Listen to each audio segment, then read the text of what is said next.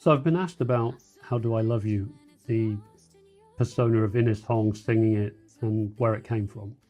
And it was very simple, actually. I was looking into spoken word poetry and whether or not large language models like Suno could replicate that.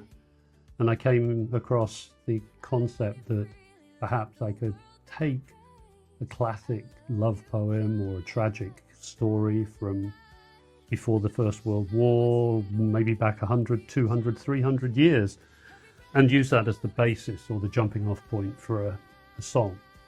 So Elizabeth Barrett Browning's How Do I Love Thee is probably the classic love poem used at many weddings. It's a pledge, it's a promise from a woman to her lover, who was Robert Browning. He was a poet himself.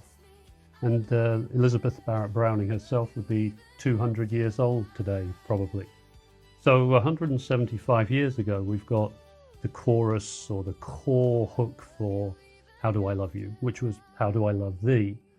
It has a bunch of overtones within it, which maybe some people would find a little bit morbid. So the concept of death was introduced, and I changed that to life.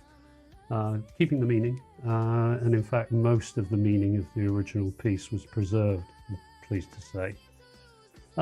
Beyond that, it was a matter of then learning how to craft a song, and I'm not a musician, I don't know much about structuring songs, and so a deep dive into the large language models and a bit of help, and I was pretty much able to wrangle together a structure which I was pleased with. And then it was a matter of taking it into another tool, which I'd already been experimenting with for the spoken word poetry, which was Suno, and then getting that output exactly how I liked it. And there's a lot of tweaking there, but it's not impossible for somebody with no musical training like myself, somebody who's not a songwriter or naturally a poet, to go and find something that gives you inspiration, and that might be a song from the past, it might be a piece of writing, a poem, or who knows what, whatever provides you with that jumping off point.